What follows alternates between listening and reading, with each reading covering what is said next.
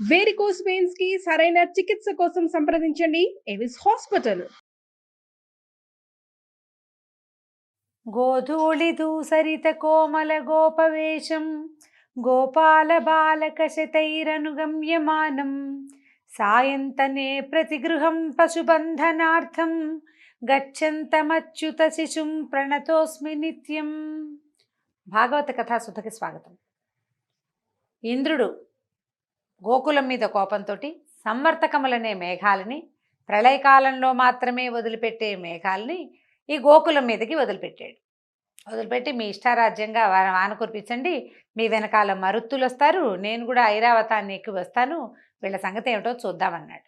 అనేసరికల్లా ఏముంది, వదిలిపెడితే చాలు, నీకు అవకాశం ఇస్తున్నాను, రెచ్చిపో అంటే ఎవరైనా సరే అవకాశం ఉన్నంత మేరకు వెళ్ళిపోతారు ముందుకి. ఈ సంవర్తక మేఘాలు కారు మబ్బులు కమ్ముకున్నాయి గోకులం మీద. ఉన్నట్టుండి విపరీతమైన మేఘాలు, పెద్ద జంఝామారుతాలుగా గాలి, ఆ తర్వాత ఏనుగు తొండంతో కురిపిస్తుందా అనేటువంటి పెద్ద విపరీతమైన వాన, అక్కడి నుంచి గాలికి తోడుగా శిలలు రాలి పడుతున్నాయేమో అనిపించేంత పెద్ద పెద్ద వడగళ్ల వర్షం. వడగళ్ల వాన అంటే ఏదో ఉన్నట్టుండి ఎర్రటి ఎండ సడన్గా ఒక్కసారి వాన వచ్చి 1 గంట 2 గంటలు కురిసి ఆగిపోతుంది, తర్వాత ఇంకా పడ్డానికి ఏం ఉండదు. కాకపోతే వీళ్ళు ఎట్లా చేశారంటే ఇలా రోజుల తరబడి రాళ్ల వర్షం పడుతూ ఉండటమే. ఈ శిలల పైనుంచి చిన్న చిన్న వడగళ్ళు పడితేనే మొక్కమోడు సర్వనాశనం అయిపోతాయండి, పంటలు సర్వనాశనం అయిపోతాయి, అదురు వచ్చేస్తుంది జంతువుల్లో. గోవులు అవి పాలివ్వవు, దూడలను కూడా ఎగదన్నేస్తాయి, వాటికి కూడా పాలివ్వవు, అదురు వస్తుందన్నమాట. ఆ రాయి పడ్డప్పుడల్లా కొన్ని రాళ్ళు మీద పడుతుంటే ఆ చల్లదనాన్ని తట్టుకోలేకపోతాయి. విపరీతమైన గాలి, వాన, చలి, ఈ శిలావర్షం కురుస్తున్నటువంటి ఈ వడగళ్ల వానతోటి గోకులంలో జనం అంతా బెంబేలెత్తిపోయారు. ఇంద్రాదులు అప్పుడు ఏమనుకున్నాడంటే, కృష్ణుడు గోకుల వాసులు ఏం చేశారు, అందరూ గోవులతో సహా కృష్ణుడిని శరణుజొచ్చారు. నువ్వు ఇంద్రుడికి యజ్ఞం వద్దన్నావు, నువ్వు చెప్పినట్టుగా ఈ యాగం చేసేసరికల్లా ఇగో ఈ ఉత్పాతం వచ్చింది, ఇప్పుడు ఏం చెయ్యాలని కృష్ణుడిని శరణుజొచ్చారు. వాళ్ళు రాజు దగ్గరికి వెళ్ళలా, నందుడి దగ్గరికి. కృష్ణుడి దగ్గరికి ఎందుకు వచ్చారంటే అతను అతిమానుషమైన చాలా క్రియలు చేస్తున్నాడు. అప్పటికి ఎంతమందో రాక్షస సంహారం చేశాడు, ఎన్ని విధాలైన మాటలు, అతని ప్రతి చేష్ట ఒక దివ్యమైన చేష్టగానే తెలుస్తూ ఉంది. దాంతో అందరూ అతని పాదాలు తెరణిచొచ్చారు. ఏదో ఒకటి ఉపాయం చేయమంటే ఈయన ఏమనుకున్నాడంటే, ఇంద్రాదులు మేము లోకాలను పాలిస్తామనే బలంతో గర్వించి ఉన్నారు. దేవతలంటే సాత్విక ప్రవృత్తితోటి ఉండాలి, వాళ్ళకి ఇట్లాగా రాజసిక ప్రవృత్తి, తామసిక ప్రవృత్తి ఉండకూడదు. నేనే అని అనుకోకూడదు. మొదటిది అంతా నేనే, నా వల్లే ఇది నడుస్తుంది అనకూడదు. నన్ను కాదని వాడిని అంతు చూస్తాననకూడదు. ఒకటి రాజసిక ప్రవృత్తి, రెండోది తామసిక ప్రవృత్తి. నా అంత వాడిని నేనేనని గర్వించడం రాజస ప్రవృత్తి. గర్విస్తూ ఉంటే ఒక రకం, ఎవరైతే నా మాట కాదంటాడో, ఎవడైతే నన్ను కాదంటాడో వాడు అంతు చూడాల్సిందేనని అనుకోవడం ఆసురీ ప్రవృత్తి, తామసిక ప్రవృత్తి అవుతుంది. దేవతలకు ఇలాంటిది తగునా? దిక్పాలకులు వాళ్ళ మీద కదా ప్రపంచమంతా ఆధారపడి ఉంటుంది. వాళ్ళు సజావైన సాత్వికమైన వర్తనతోటి ఉంటే సాటి మానవులందరూ సాత్విక వర్తన నేర్చుకుంటారు. ఇట్లా బలగర్వం, అధికార గర్వం, ధనగర్వంతో మదించి వాళ్ళు ఇష్టారాజ్యంగా ప్రవర్తిస్తే మిగిలిన వాళ్ళంతా చేసేదేమిటి? అదే చేస్తారు. అందుకని ఏమనుకున్నాడు, సన్మార్గం తప్పిన దేవేంద్రుడికి నేను ఇప్పుడు గర్వభంగం చేస్తాను. అతనికి కావాల్సింది అదే, గర్వం భంగం అయిపోవాలి అంతే. ఈ గోకులాన్ని నా కుటుంబంగా స్వీకరించాను, దీన్ని ఇంద్రాదుల దాడి నుంచి, ఇంద్రుని యొక్క దాడి నుంచి పూర్తిగా రక్షించి తీరుతానని భావించాడు కృష్ణుడు. అక్కడి నుంచి ఏం చేశాడు, గోవర్ధన పర్వతం దగ్గరికి వెళ్ళాడట. వెళ్ళి చిన్నపిల్లవాడు పుట్టగొడుగుని పెకలించినట్టుగా ఆ పర్వతాన్ని ఒక్క చేత్తోటి పెకలించాడు, పైకి లేపాట. దానిని అదే చేతి మీద, ఏ చేత్తో పెకలించాడో అదే చేతి మీద దాన్ని ఇట్లా నిలబెట్టేసరికి నిలబెట్టి పిలుస్తున్నాడు, గోకులవాసురారా అందరూ రండి, మీ గోవ సంపదతోటి ఈ పర్వతం కింద ఏర్పడిన పల్లంలోకి రండి. పర్వతాన్ని పెగలించేసరికల్లా దానికి లోతుగా ఉంటుంది కదా, దాని మొదలు అది గొయ్యిలాగా అవుతుంది. ఆయన గోతులోనే నిలబడి ఉన్నాడు, పల్లంలోకి రమ్మంటున్నాడు. ఈ పర్వతం నా చేతి నుంచి పడిపోతుందేమోనని భయపడకండి, ఇక్కడ మీకు వర్షం వల్ల భయం కానీ గాలి వల్ల బాధ కానీ ఉండదు, వాన గాలి మిమ్మల్ని బాధించవు, ఇందులోకి వచ్చేసేయండి అన్నాడు. ఈయన పోతన గారిది మహాద్భుతమైన పద్యం ఉందండి, మహా బాగుంటుంది. బాలుండి ఇతడు కొండ దొడ్డది మహాభారంబు సైరింపగా జాలండో అని భయపడద్దు. వీడు చిన్నపిల్లాడు, ఇంత పెద్ద కొండ, ఇంత భారాన్ని తను ఎత్తగలడా లేదా అనే సంశయం వద్దు, ఏదైనా పర్వాలేదు, మొత్తం జంతు సంచయంతో వచ్చి దీని కింద నుంచోండి, ఏం భయం లేదు, ప్రమోదంగా హాయిగా సంతోషంగా నుంచోండి అని చెప్పాడట. చెప్పేసరికల్లా గోకులవాసులంతా తమ పిల్ల జెల్లాతోటి పశు సంపదతోటి పర్వతం కింద చేరిపోయారు. వాళ్ళకి ఆకలి బాధ లేదు, చలి బాధ లేదు. రోజులు గడుస్తున్నాయి. వర్షము, గాలి, వడగళ్ళు ఆగలేదు. గోకులవాసులకి కించిత్తైనా బాధ లేదు. గోకులం ఒక చిన్న ఊరు. ఈ పర్వతం బహుదొడ్డది. అంత పెద్ద పర్వతం కింద హాయిగా వెచ్చగా సుఖంగా హాయిగా నెగ్గళ్ళు వేసుకుని కూర్చున్నంత సుఖంగా ఉన్నారు. ఆకలి బాధ లేదు, చలి బాధ లేదు. చలి లేదు, ఆకలికి ఏముంది, కుటుంబం అంతా ఇక్కడే ఉంది. ఆవులు లోపలే ఉన్నాయి. ఏమైనా 4 రాళ్ళు పెట్టి పొయ్యి వెలిగించుకుని మంట చేసుకుని తిన్నారో ఏమో వాళ్ళు. లేదా భగవన్మాయా విలాసంతో ఆకళ్ళు దప్పులు లేనే లేవు. స్థిమితంగా ఉండిపోయారు. అయితే ఏమైంది, గోకులవాసులు ఆశ్చర్యపోయి చూస్తూనే ఉన్నారు. ఏమిటి రోజులు గడిచిపోతున్నాయి, తెల్లారిపోతుంది, రాత్రి అయిపోతుంది. వారం రోజులు గడిచిపోయినాయి. కృష్ణుడు కదలకుండా మెదలకుండా నిలబడ్డాడు. ఏ శ్రమ లేదు. గొడుగు పట్టుకున్నంత సింపుల్గా ఈ కొండని గొడుగల్లే ఎత్తేసేసాడు. వారం రోజులు ఎడతెరపి లేకుండా వర్షం పడిన గోకులంలో ఎవ్వరికీ కించిత్తు బాధ కానీ నష్టం కానీ కలగలేదు. వాన వల్ల ఇబ్బందులు చాలా ఉంటాయండి. వ్యవసాయదారులు, పశు ఆధారిత కుటుంబాల వాళ్ళు నిజంగా ప్రత్యక్ష నరకం వర్షాకాలం వస్తే. ఇది పల్లెటూళ్ళలో ఉన్న వాళ్ళందరికీ తెలుస్తుంది. గొడ్లు పాలు ఇవ్వవు. సాయంకాలం అయ్యేసరికి ఈగలు ముసిరిపోతాయి. చలి, వర్షం వల్ల పరమ చీదరగా ఉంటుంది. ఆ దొడ్లు అవన్నీ శుభ్రపడవు. తెరిపి ఉండదు. ఆవుల పాలు, గేదెల పాలు ఏవి పాలు ఇవ్వవు. విసుగు పుట్టిపోతుంది. తర్వాత వీళ్ళు వంట చేసుకోవడానికి ఏ రకమైన సాధనాలు దొరకవు. అన్నీ తడిసిపోయి ఉంటాయి. నిప్పు రాజుకోదు ఎప్పటికీ. ఆహారం వంట చేసుకోవటం కష్టం. చిన్న పొన్న ఇళ్ల వాళ్ళు మరీ అవస్థపడతారు. అసలు పశువుల మీదే ఆధారపడి ఉండే వాళ్ళకి ప్రత్యక్ష నరకమే తీవ్రమైన వర్షాకాలం. మిగిలిన కాలాలు ఒక రవ నయం. చలి రోజుల్లో కూడా కొంచెం మార్గశీర్షంలో కూడా ఒక రవ ఇబ్బందిగానే ఉంటుంది. వాన వస్తే మరీ ఇబ్బంది అనమాట. అయితే ఎంత వాన పడినా వీళ్ళకి ఏమీ అవ్వలేదు. అయితే ఇంద్రుడు తెలుసుకున్నాడు, తనని మించిన శక్తి ఏదో గోకులాన్ని రక్షిస్తోంది. అదేదో అర్థమైంది తనకి.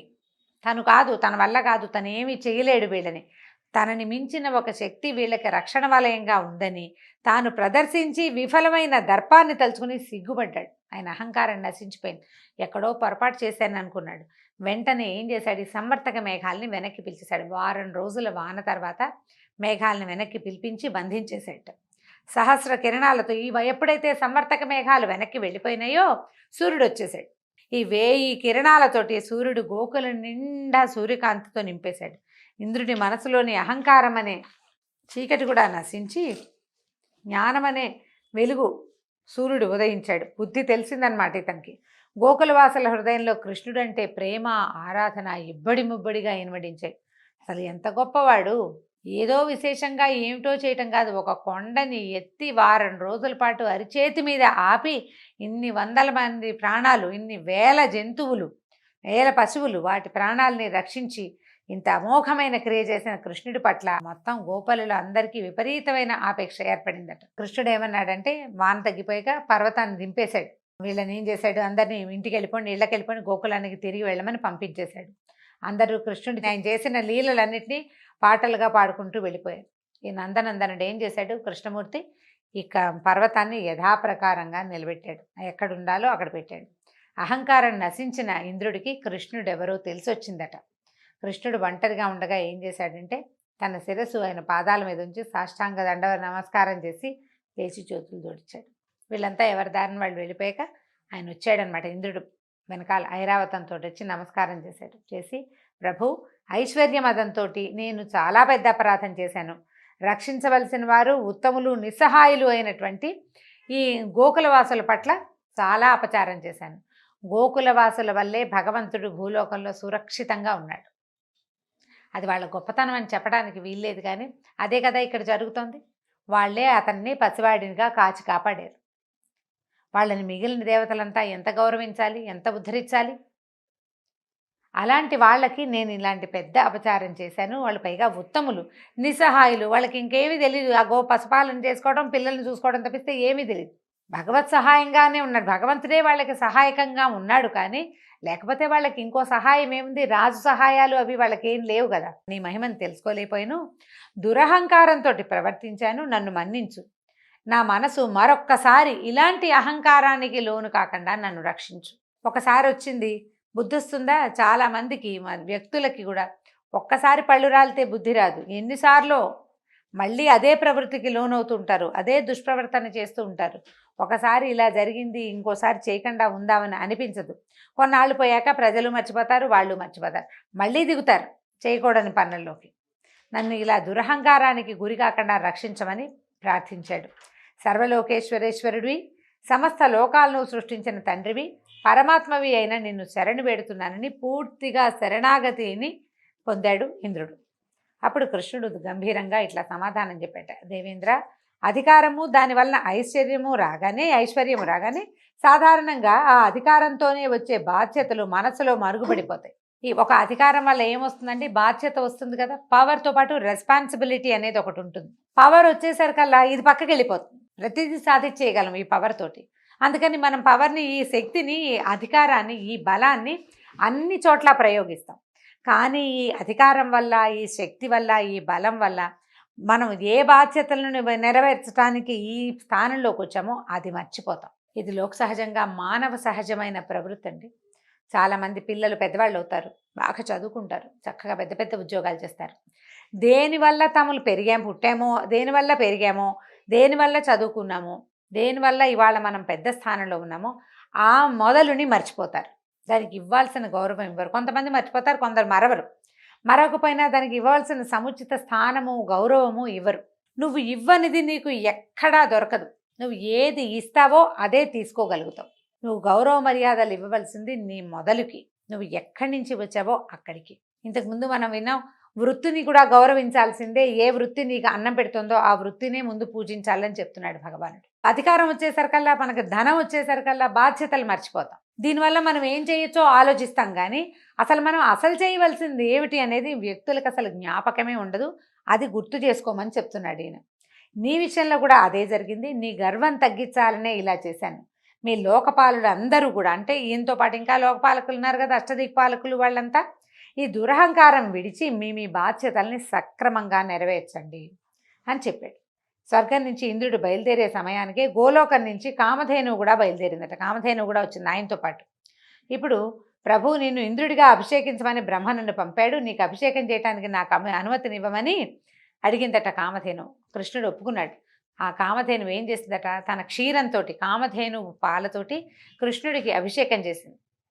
అదే సమయంలో ఐరావతం తన తొండంతో నింపుకొచ్చినటువంటి ఆకాశగంగా జలాన్ని పైన చెమ్మి కృష్ణుడిపైకి జల్లుగా పడేలాగా అభిషేకం చేసింది. నారదాది ఋషులందరూ అక్కడికి చేరారట.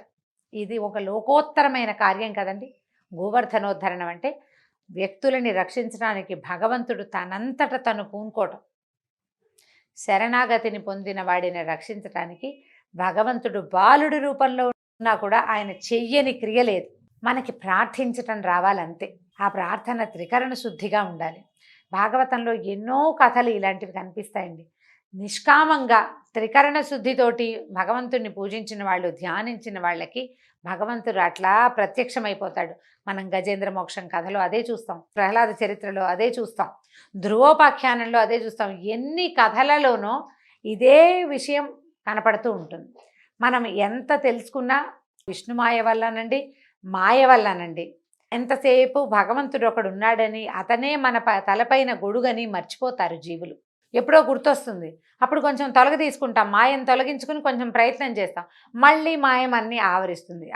మనని ఆవరించిన మాయని తొలగించుకోవటమే తక్షణ కర్తవ్యంగా మానవులు చేయాలని చాలా చోట్ల చెప్పబడుతుంది. అక్కడి నుంచి వీళ్ళు ఏం చేశారు, యాదవ శ్రేష్ఠుడైన కృష్ణుణ్ణి దేవేంద్రుడు గోవిందుడు అనే పేరుతోటి సత్కరించాడు. గోవులని కాపాడాడు, గోపాలుని కాపాడాడు. కాబట్టి గోవింద నామధేయంతో ఈ ఇంద్రుడు కృష్ణ పరమాత్మకి అభిషేకం చేసి దేవతలందరూ, ఇంకెవరెవరు వచ్చారు, నారదాది ఋషులందరూ గోవింద గోవింద అని కృష్ణుణ్ణి వేణోళ్ళ పొగిడారట. ఇప్పుడు ఈ గోవింద నామధేయం ఏంటంటే గాం విందతీతి గోవింద అని. ఈ మన తెలుసుకుంటాం, మనల్ని రక్షిస్తాడు. ఇప్పుడు పశువుని రక్షిస్తాడు అంటే, పశువు అంటే మనం కూడా పశువులమేనండి. ప్రతి జీవి పశువే. జీవులని రక్షించేవాడు గోవిందుడు. అందుకని పదే పదే గోవింద నామధేయంతో మనం పిలవాలంటారు.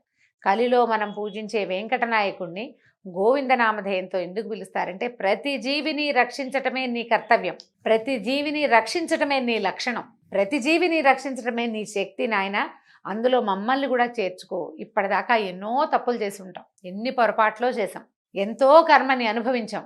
ఎన్నో కర్మలు చేసాం, ఇంకా ఎన్ని జన్మలు ఎత్తాలో తండ్రి, దీంతోటి ఆపు, ఈ జన్మతోటి మమ్మల్ని ఉద్ధరించు, మమ్మల్ని చేదుకో, నీ దగ్గరికి లాక్కో, మళ్ళీ పుట్టవలసిన అవసరం లేకుండా మమ్మల్ని బతికించు, అంటే శాశ్వతమైన స్థానానికి మమ్మల్ని చేర్చమని అడగటం కోసమే గోవిందనామధేయాన్ని పదే పదే పలకమని చెప్తారు. ఈ గోవిందనామధేయంతో ఈరోజు భాగవత కథాసుధ సమాప్తం.